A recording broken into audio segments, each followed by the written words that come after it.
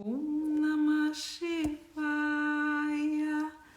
Om Namah Shivaya. Om Namah Shivaya. Shiva Om Namah. Om Namah Shivaya. Om Namah Shivaya. Om Namah Shivaya. Shiva Om Namah. Good evening. I hope every one of you is doing just fine. It's been very, very long since last time I opened a live streaming in English. And I feel very bad about this because we have almost 50% of our public coming from overseas. So I take advantage of this right now to apologize for all of you people from outside Brazil, people who only speak English or that communicate with us in English and haven't heard from us in a while. So here we are, and I'm very glad that for tonight we are going to have somebody here that I have a very special and dear place in my heart. Her name is Stephanie, and I wish very, very often that she could live a little bit closer so we could practice yoga together, so we could talk even more than we talk, although lately we haven't been able to speak a lot, to talk to each other a lot. But anyway, she is a very dear person, and if you do not know her, as soon as she starts to speak, you will also have, I have faith, a special place in your heart for her. She's an activist, she's an amazing woman, she is just vibrant, and she's inspiring. I'm going to invite her here and we start our conversation about how to create positive impact. Let's just hope that she can connect. Just one moment. Aha! Hi. So glad to be here with you. Thank you. Hi, Patricia. Oh my God, I haven't seen you in a very long time. Yes. But I'm glad that it worked out, and it worked out just like this. I remember yesterday evening, I was just like, okay, we must make it work out. So I'm just happy that we are here. I'm very happy and very glad and very grateful that you accepted. Thank you so much, Stephanie. Thank you so much. Oh my God, I see a lot of beautiful friends connected. I see my boyfriend, my beautiful activist friend, Cece, who's also the owner of a vegan clothing brand. And oh my God, thank you all for joining. Thank you for this space, Patricia. I wish I lived closer because I would love to practice yoga with you. I would love to practice yoga with you. You're so inspiring. You are, dear, and I hope you can come at some point and we can practice at the feet of the master animals here and change a little bit more than we have so far. So it will be just lovely. Just have this invitation in your heart, and whenever it works, you'll be welcome here. Thank you. I think I was talking to my boyfriend lives in Venezuela, and I was talking to him and telling him that when I go see him, we have to plan a trip to Venezuela because Venezuela is closer than LA. Yes. So beautiful. We are here waiting, the two of you. So just tell us when, and we are going to throw a party here to have you guys here. So thank you so much. Thank you so much. I saw that you well, I know that you're very active usually on social media, but you have been a little absent. But I saw that you rescued 30 calves. Yes, that was actually 300. 300? 300, yes, 300. That was just a huge crime. And it's difficult to say, Stephanie, because everything that relates to dairy and meat is a crime. I mean, it's just like there's no way out. But sometimes when they are left without food, without water, when they are left without any sort of support, even people that eat them, even people that exploit them, see this as a crime. So I'm going just to make this a point, because otherwise it seems like, okay, so that's fine to eat, and just in this case that was a crime. So we know that everything relates to exploitation is a crime, but in this case it was even worse than a crime that we are trying to change on a daily basis, inspiring people to change their habits, because this man just left them to die. And he used to promote, saying that if people, he would borrow money from people, saying, okay, in 1 year I'm going to give back to you more than you gave me, and I'm going to buy and sell master animals or master cows for this. That was how he sold his business. In the end, he wasn't growing any of them in a healthy lifestyle. And again, it's just so uncomfortable to talk about this, because everything is a crime again when it talks about exploitation. But anyhow, in this case, then it came out that he wasn't feeding them, he wasn't taking care of them, he wasn't anything, and they were just like bone and leather. That it was just like we have some pictures of them here, some videos of them, and it's been 6 months, and just yesterday we lost another one, because the impact that they suffered is something that even though that they eat, they cannot digest what they eat. I would love to make a parenthesis here, because I think that what happens to a lot of people is that if this was happening to dogs, Yes. a lot of people would be outraged. They would be like, how is this possible? They would see the crime.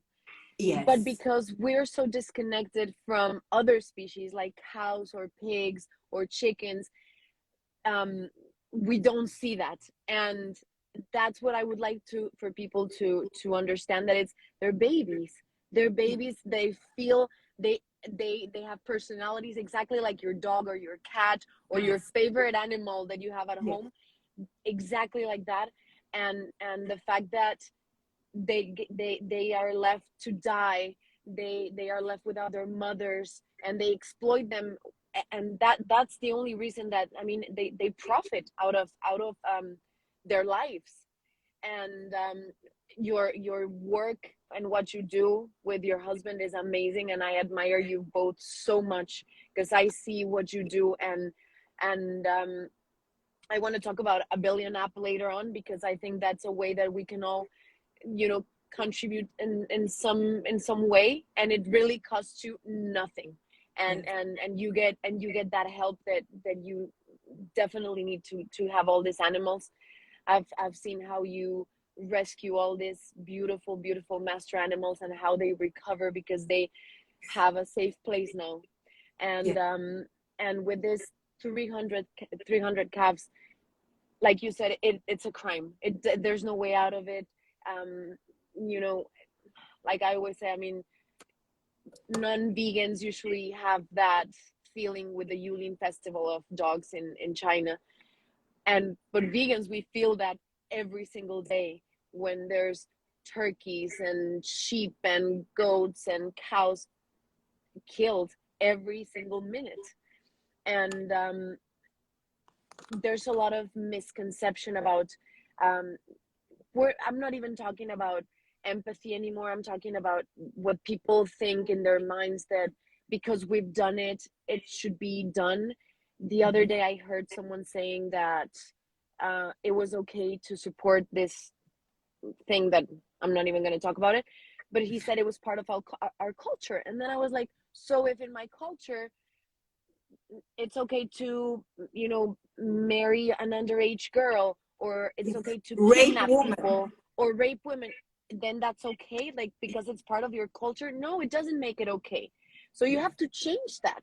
And that's why I speak so loudly for the animals, because I've been vegan for a long time, and we don't need to, it's insane, it's barbaric what we do to animals.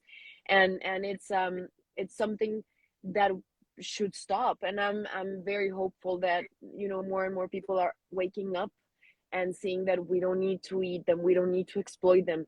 We do it because people want to profit from them, but it doesn't make it okay.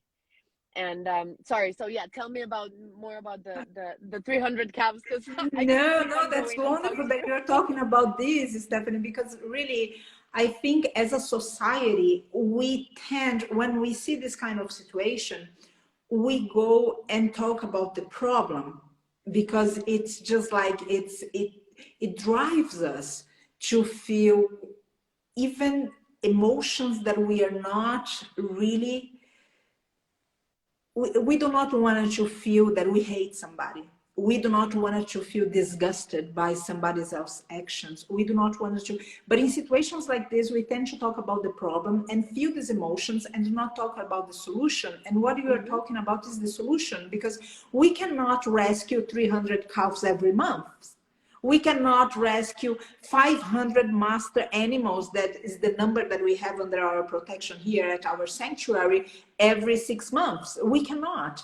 So what we need to do is create a safe society. And the way that we are talking about children, about women, imagine if to have a safe place for women in our society, we would lock us women inside a house.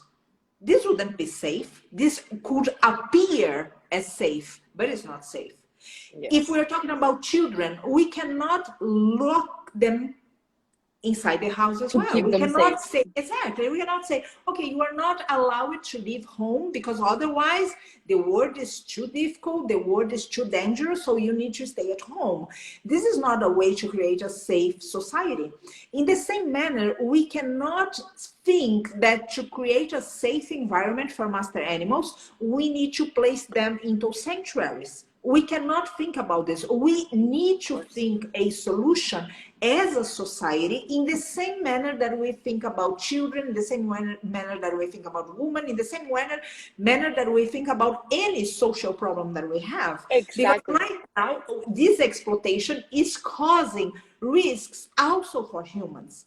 If we look at our health, if we look at our environment, if we have the courage to look at their lives, we are going to see it's much bigger than just this. And again, we cannot just say, okay, let's put them into a sanctuary. Let's keep these children at home. Let's don't allow women to go outside. No, this is not a safe society. So what you're talking about is about solving the problem. And there is no other way that I think about solving the problem than becoming vegan. And I also thank you for bringing up this subject about the app, A Billion, because it's been helping us a lot, Stephanie, and it's been hard. It's been tough. And I know that you can imagine, and everyone here, it's been tough to keep up with every single expense. And even though that it's been hard, we're just like every single day up to the task, but we need help. So thank you very much for bringing this. Yes, A Billion. I think everyone who's listening to us, please just download the app. It's super simple.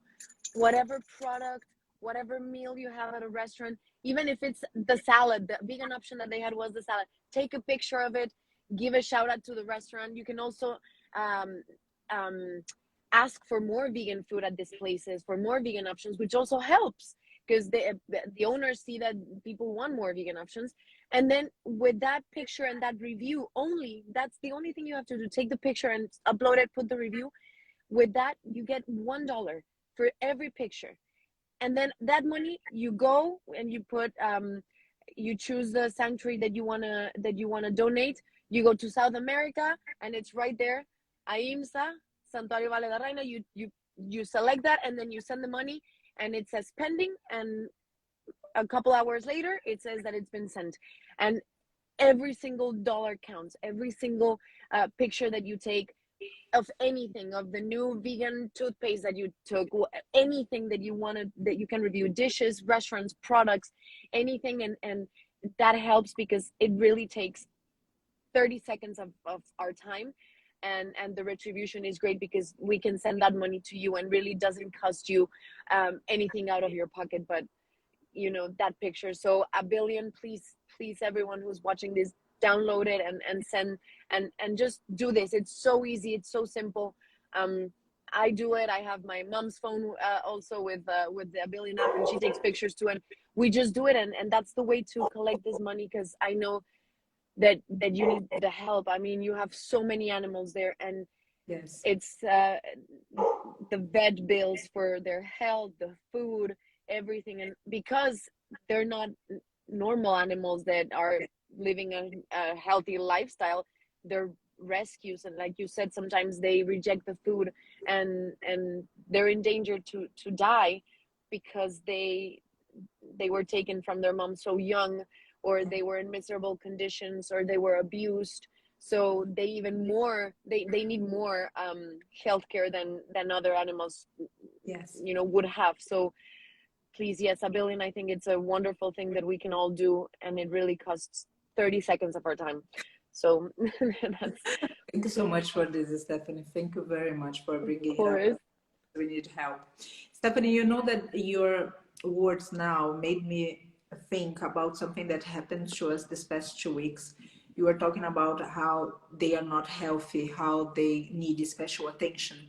We rescued about 2 years ago 4 of them from the dairy industry. One we lost about 2 months after the rescue, and the other 3 are still here with us, but they are not in very good conditions. And this is something that I would like us to talk about, because I'm not sure, you know, I do not know your impression, Stephanie, but I think that when people look at the products, they do not look at their lives, they look at products.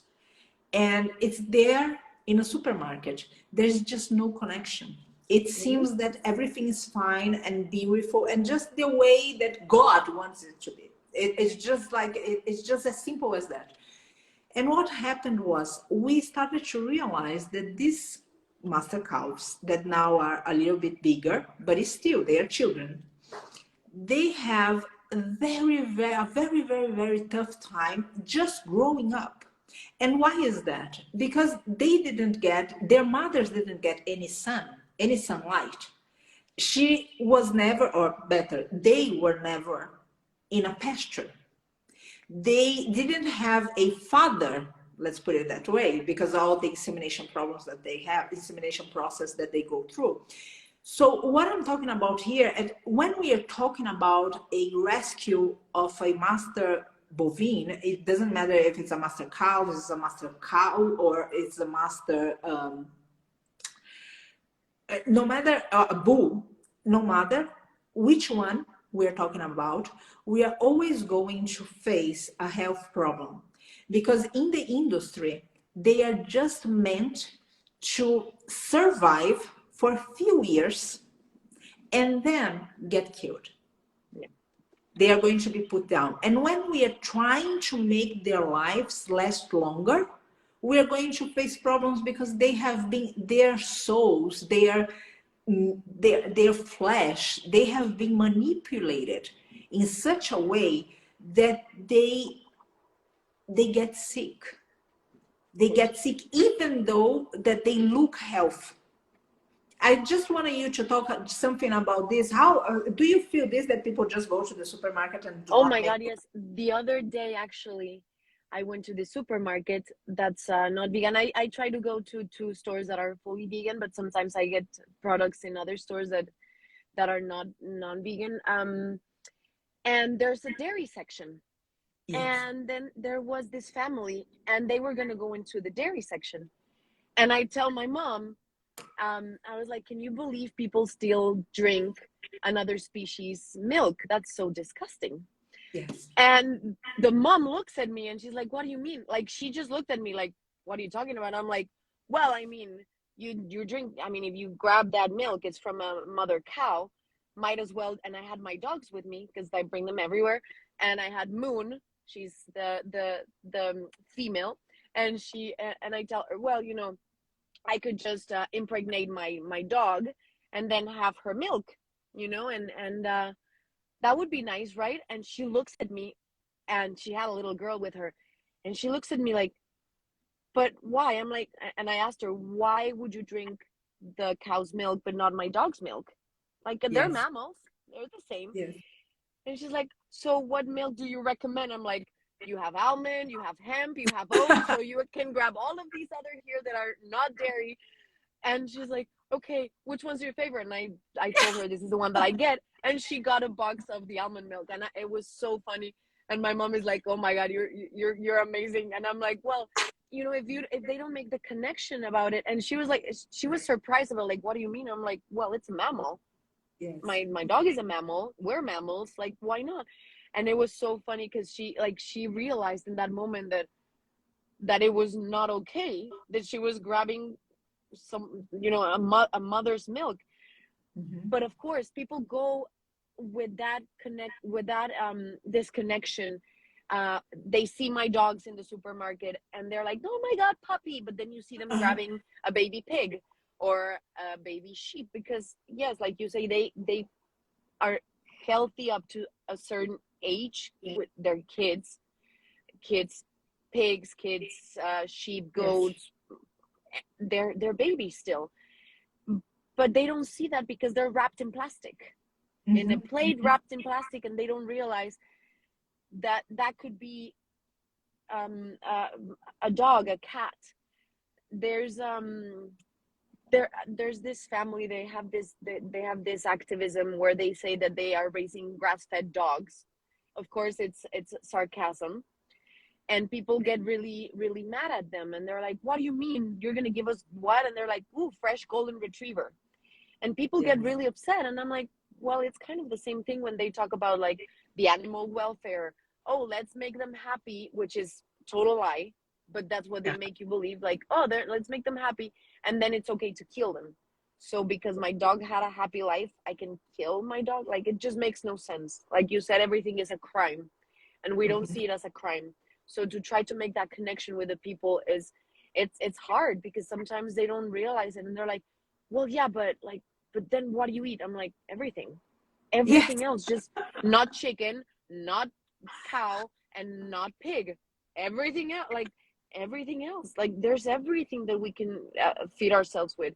And it's very frustrating when you know, when people don't make that connection, because they've been so indoctrinated by a society that teaches you to just see in this like small square box, and not realize all the pain and suffering that we're causing to the animals, obviously, to the environment, and then to our bodies. Because imagine what happens when all these animals that are sick, you ingest them. Yes. They have tumors, they have cancer, they're sick. They have a lot of antibiotics in their bodies, they have hormones, and then you eat it. You eat all the flesh, and you eat the blood. In some countries, they eat the blood.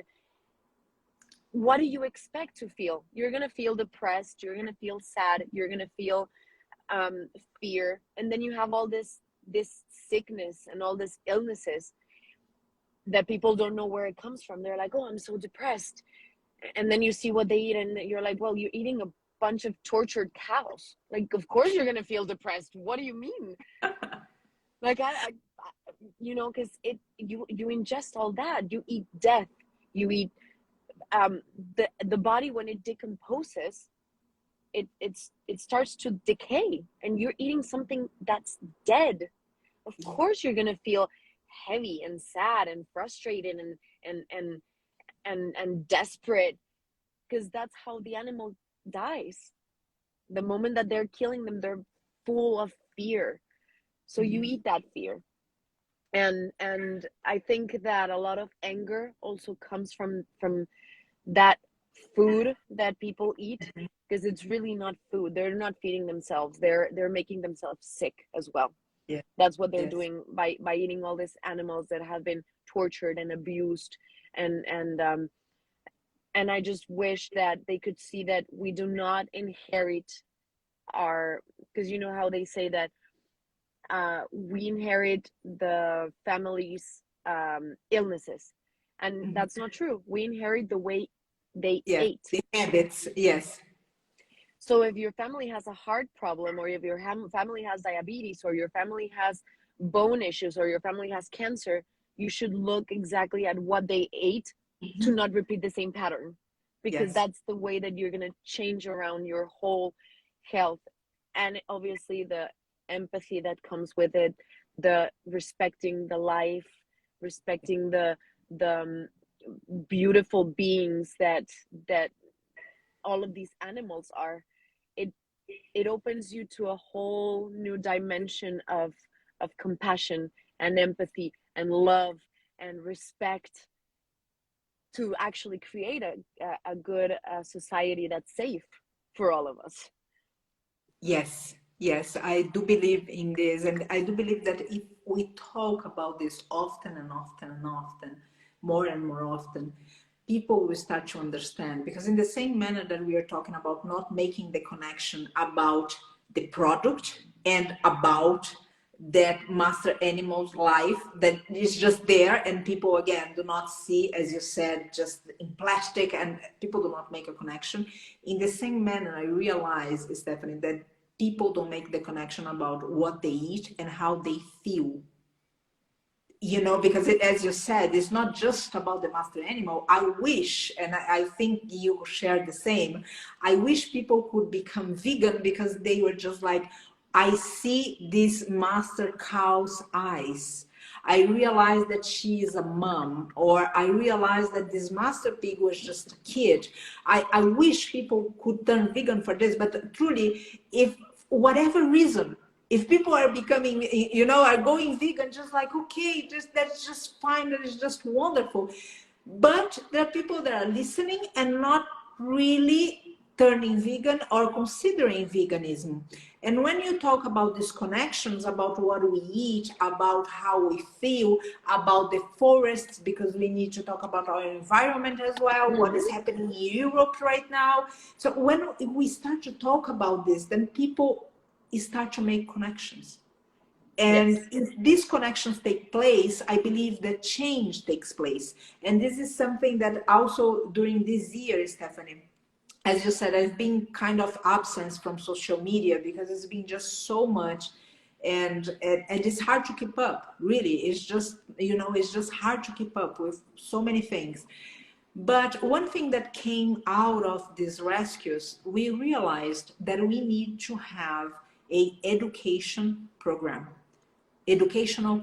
We needed to really make people understand, to open our doors. And of course, I love to talk here vegan to vegan, you know how much I admire you, but I realize how much we need to talk to people who are not vegan, you know, Yes. to bring them on board, to say, okay, I want to hear you and I want to show you some species here and some beautiful master animals that if you are in touch with them, maybe you are going to make special connections that you haven't done so far, you haven't made so far.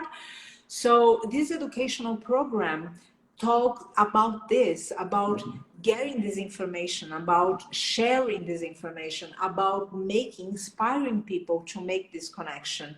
And I say this here because maybe there's somebody in this live streaming who still eats master animals or their secretions.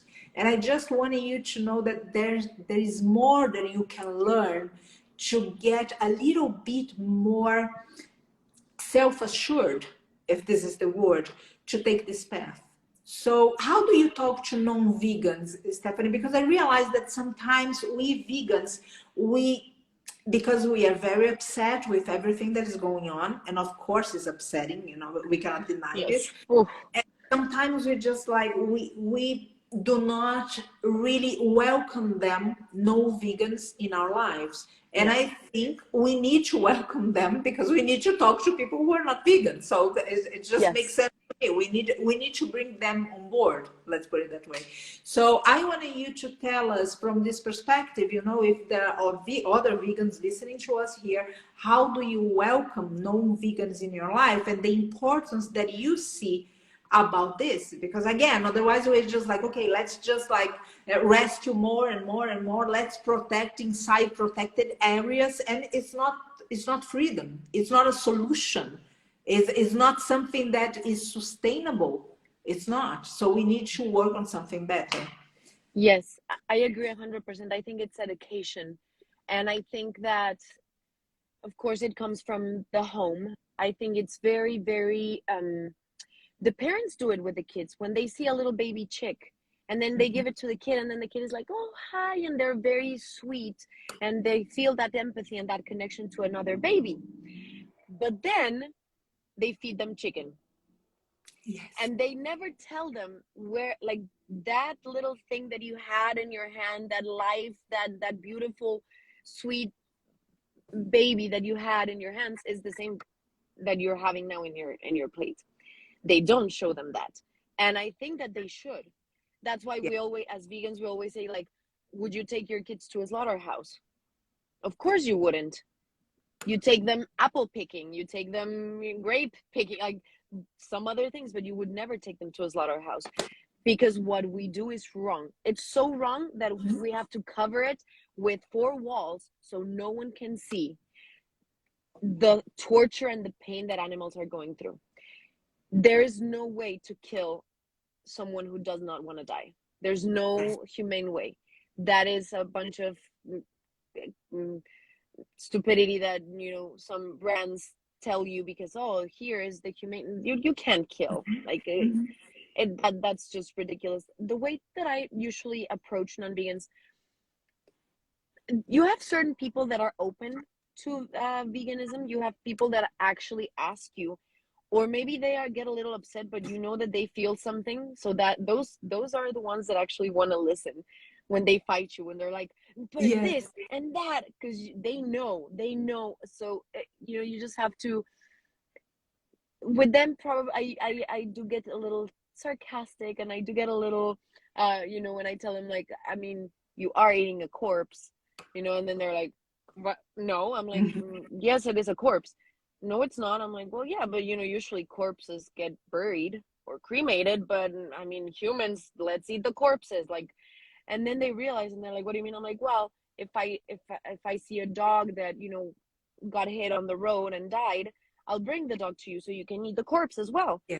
And then they're like, but no. I'm like, no, I mean, yeah, it's No. the same. I mean, it's the same thing. Why not? Why wouldn't you eat the dog? Like, it, you know, it was, you know, it was an accident. It happened. And then they realize, and they're like, well, yeah, but it's not the same. It's the cow. And I'm like, well, but in China, they eat dog. Or in, you know, Middle Eastern countries, they eat camel. Or, you know, like, it just depends on the culture. It doesn't make it right.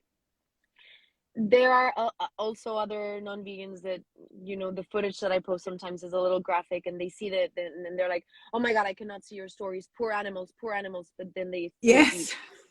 Yes.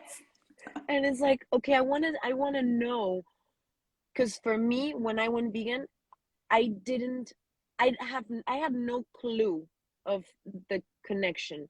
The minute that I saw the first 30 seconds of Paul McCartney's video, if slaughterhouses had glass walls, that the first 30 seconds, I saw the cow and I saw my dog. I saw Dougal. And I was like, that could be my dog. Yes. I would never eat my dog. I would never hurt my dog like that. And I switched. I was like, okay, I can't. Like, I cannot keep participating in this. This is inhumane. This is what am I doing?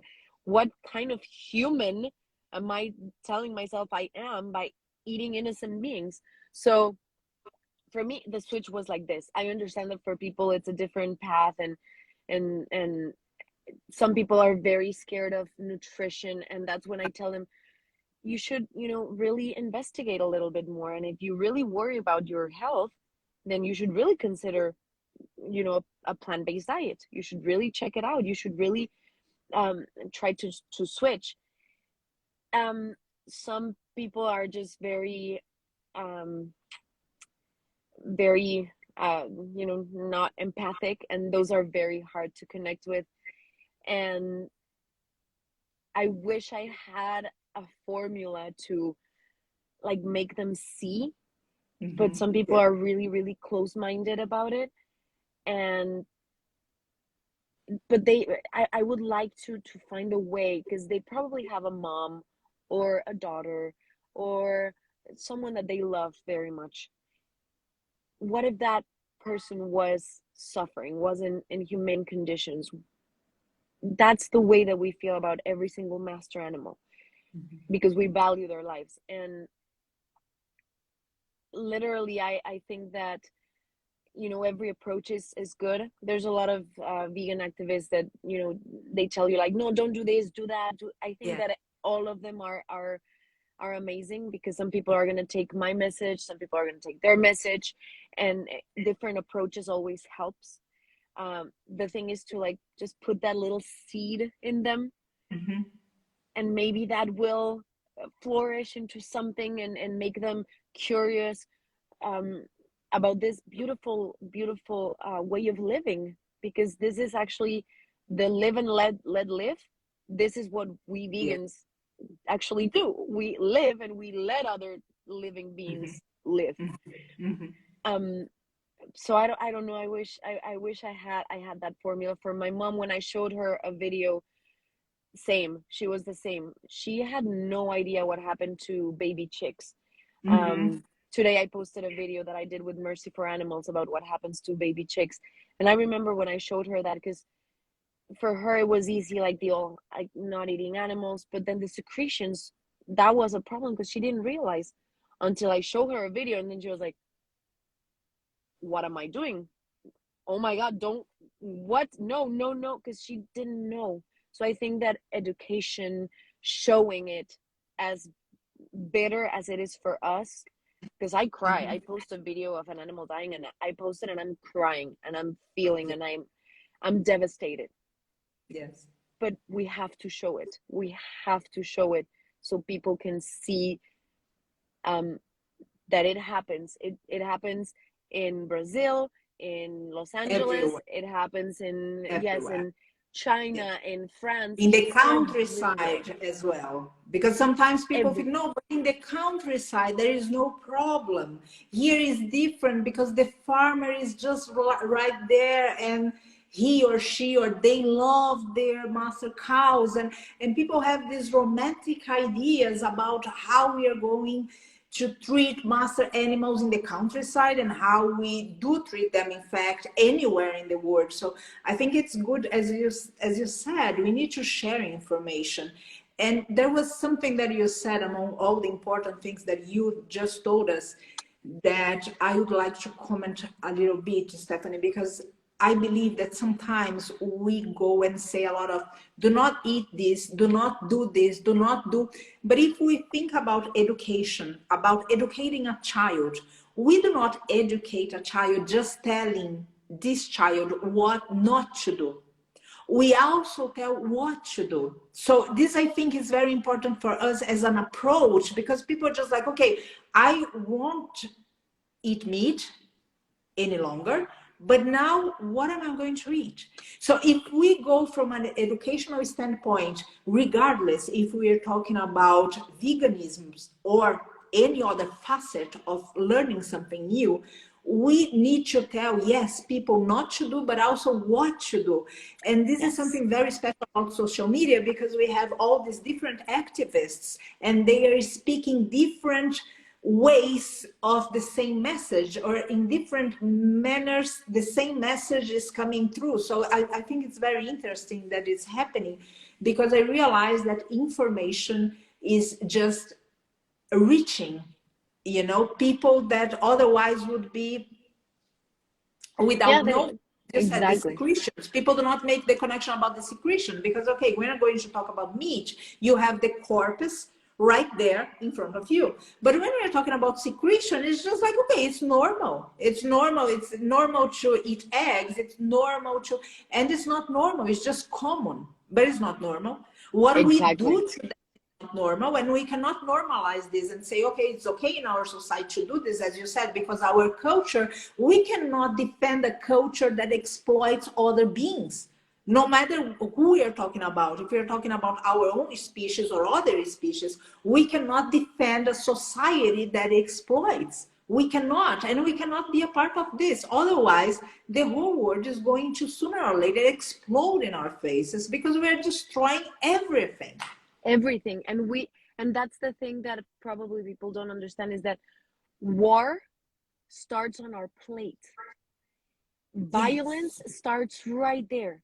So we want to change the world, and you have all these people that, oh my God, war and this and that, and it's oh my God, what we're doing to women here or children there, or war against each other of other cultures or religions. But we don't see that we're so aggressive and so violent towards the most innocent beings. They don't have a chance to defend themselves. They get tied, they get drugged, they get cornered, and then they get their throat slit. They cannot do anything else. They don't have an option to say, listen, I really enjoy living, please can you not do this? Like, they don't have that chance.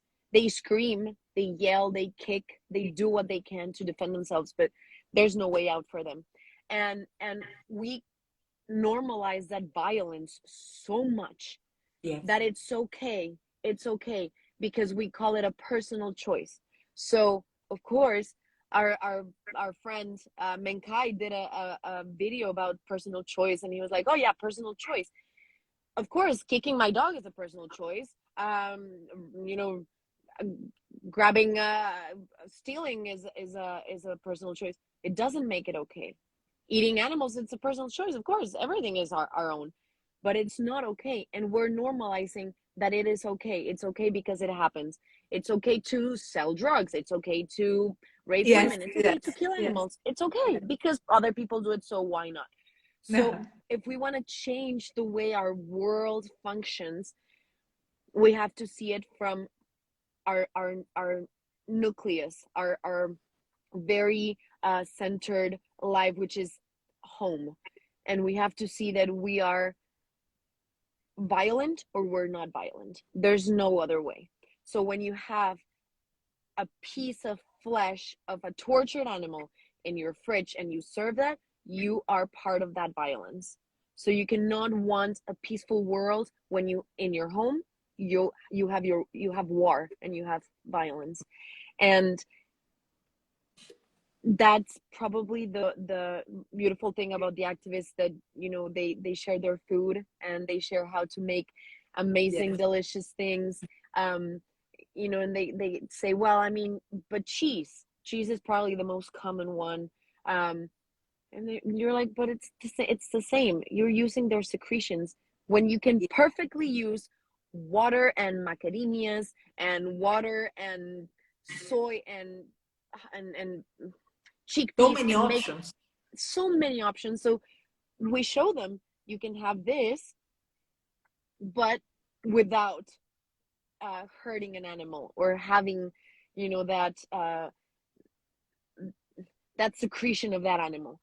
The most important part, I think, is that if parents really cared about the future world that they're living for their kids, they would definitely go vegan. There's not going to be the ocean that we know in 2048. For people that saw Seaspiracy, if you haven't watched that documentary, because we are just taking everything from the ocean. We're just taking everything away. So by 2048, the kids of our kids, or they're not gonna enjoy the same ocean that we did. Is that the future that we want for the future generations? So if people really care about their kids and the future of their home, this planet, they should make that connection. Then they should start thinking how to make a peaceful life. Yes. Yeah.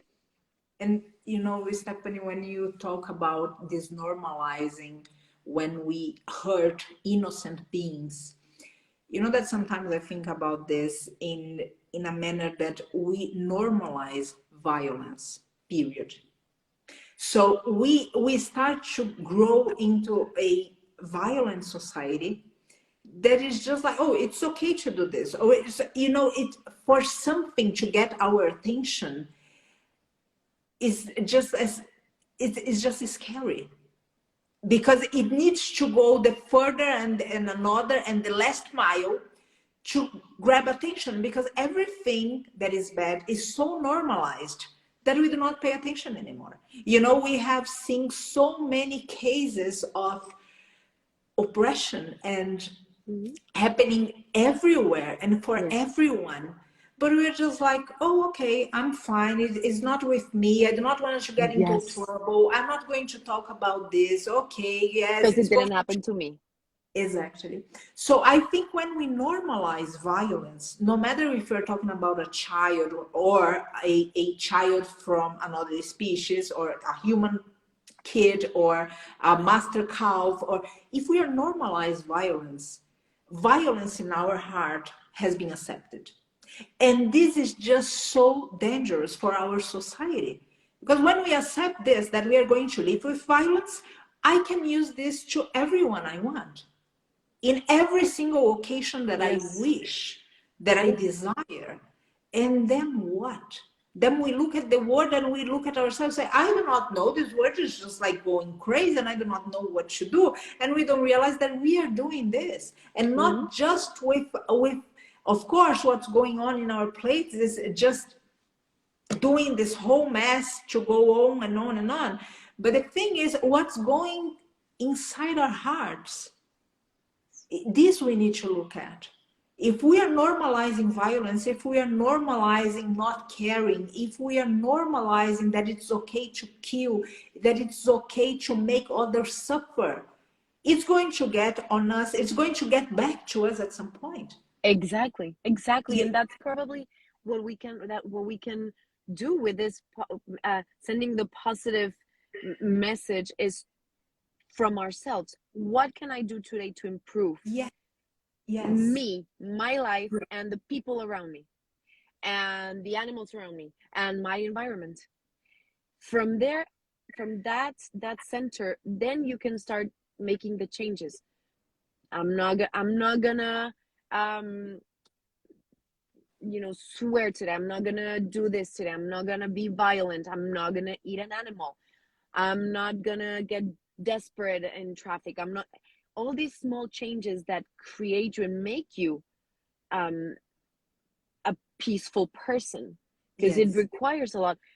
I mean, also, I think you and I are very connected through yoga, and I think also that's something that people need in their lives. I think that they're so plugged to the phone, the TV, the news, everything is just quick information. I don't care. Just give me my chicken salad and I'll go to work and just flip the finger on everyone and be just chaos. Yes. And the world itself is chaos. The sun is chaos. It keeps us warm. But our lives, I love being peaceful. I love feeling, yes, you feel vulnerable because you open your heart, because you have that compassion and that empathy. Yes. But what can we do? Meditate, do some yoga, find your focus, find yourself in that manner that you're, I mean, yoga is a moving meditation, obviously, and meditation itself, obviously, but when you find yourself there with no phone, no connection, no anything else that disturbs your mind, that keeps it chaotic, and you calm yourself, and then you realize how valuable your moment is, every second, how beautiful life is, how you connect to your body. For me, even when I do my aerial stuff, my trapeze and everything, it's a meditation as well. When you're there, when you focus on your body and the beautiful things that it does for us. Yes. I want to be grateful to my body. And how can I be grateful to it? Clearing the bad thoughts out of it, clearing all the bad stuff that I could eat or that I could put on my skin, improving every single thing about me to become a better person, so I can share that and I can spread that. Yes. Yes, Stephanie, I think, again, it's just like you brought up in this live streaming, so many connections that we need to make. And I'm so glad to hear you, because it's been a while since last time that we opened a live streaming, and I missed you. And I have this, I admire you, and I have this special place, as I said in the beginning of this live streaming, for you. And it's just like so beautiful to see all this wisdom coming out of you and reaching people and motivating people, because again, we need to talk, we need to inspire, we need to share information. The world is just coming to an end, and this is it, you know, this is kind of a good news in the sense that the old world cannot go on. So good that the world is coming to an end, but the word that needs to come to an end is this word that we believe that it's okay to eat master animals, that it's okay to be violent, that it's okay to be aggressive. These words need to come to an end, and not the word as we know it, meaning the forest, the species, and all this beauty, including our whole bodies, as you said, you know, this connection. When I was vegetarian for a long time, when I became vegan, and I used to practice before as a vegetarian. When I made the change, my body, it just showed me spaces that I didn't knew, I didn't know that I had. I didn't know they were just there, but I could not reach them. Yes. And when I made the transition, I realized that my body opened. And I think sometimes about these people that do not have this connection that we have with yoga, because yoga shows us every single day how we are, even in places that we are not very conscious or very aware of what's going on. So I think people who do not have this connection, sometimes they are just going to wake up with a disease. They're just going to wake up thinking, what have I done to come to this point in my life that I have no energy, that, as you said, that I feel depressed, that I feel sad, that I do not want to fight for anything else. And it's this daily activity, this daily misinformation, this daily that is not just master animals that we are taking their lives away. Is not just about them, it's about every single being, because when we exploit, again, it gets back to us, and Yes. we need to stop this. And again, I'm going to emphasize this, I wish we could do this, not because it gets back to us, but just because it's the right thing to Yes, do. exactly. I wish we could That just should do be what's enough. right. Yes, exactly. That should be should be enough. enough. That's it. That should be enough. This is right to not eat them because they suffer. It's right to not exploit them because they suffer. It's right That's to, it, because, yeah. you know, just because of righteousness, just Yeah. because of that. But And unfortunately, it's not enough anymore. it's not enough for a lot of people, and that's what is very sad. Because more and more people sometimes are more and more disconnected of everything that happens around. But it's the same as the leather industry, which is also killing and exploiting animals. If you show that some of the leather actually comes from dogs, people say, "Oh my God, how is this possible?" Cows, oh, it's okay. Like, I Yes. don't understand. Like you said, probably if if people have like a sanctuary or a place that they could go, no zoos, no fake sanctuaries, no nothing like that. An actual place where they take care of animals that have been rescued, like your place. If they go and they see their eyes and see how they communicate, and how, for me, the videos that you post, I remember the first time I saw you, I fell in love with you. It was amazing how you were singing to this cow. I think that's probably like, it went viral, everyone was posting it, and I was like, who is this magical woman? I need to talk to her, because you were just there singing, and the cow was singing with you, and you were resting, and she was just there, and I was like, this is so beautiful. Like, I've never seen that in my life. And then how you have all this, you have the bulls, and you have all these beautiful master animals that people think they're aggressive, or Yeah. they, and it's the same what happens sometimes with dogs, that, oh, this breed is dangerous. No, it's not. It's how they made the dog be. It's how, the bulls, they don't want to die bullfighting. They're being attacked, literally attacked and killed for entertainment. How is Yeah. that okay? How is all of these things that we do okay? Like you said, it should be enough. It should be enough to not doing it, because it's wrong. It's wrong exploiting, and it's wrong using them. It's wrong um profiting from them. It's wrong because they suffer. They bleed. Their heart stops. They bleed out. They cry. they scream. That should be enough for any being in this world to see someone killing another being and see how the other being cannot defend themselves. That should be enough to say, don't do that, it's wrong, you know. And it should be enough to make us change. But you know, even if they don't make that connection, I hope that at least thinking of their kids, thinking of the planet, thinking of their health, maybe they start making that connection until they, you know, fully understand it. And I think education and empathy and compassion should be something that, you know, is the core value of their families. That should happen. But it's sometimes when I told you, when I get sad about everything that we do to animals, and I get outraged. I go to your Instagram, I go to your feed, and then I see what you do, and I see how beautiful and amazing and everything that you do and are, and I get hope, because I'm like, okay, there's someone out there that does this, and that's her. And maybe there's another person like you in another part of the world that like I yourself. haven't thank you. Thank you so much. But someone like that I'm like, okay, so there's another one over there. So there's hope. There are people out there that are spreading the message, and that they're doing what they do. So I'm so thankful for you. I'm so thankful for you, Patricia. You know how much I admire you and love you, and you're just this beautiful ray of light, of pure light and pure beautiful energy.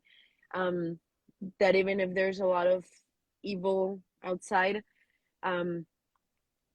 you're there to just like push all that away and show us that there's beautiful souls, like yourself and your husband, that just show us how it should be done, how we all should be.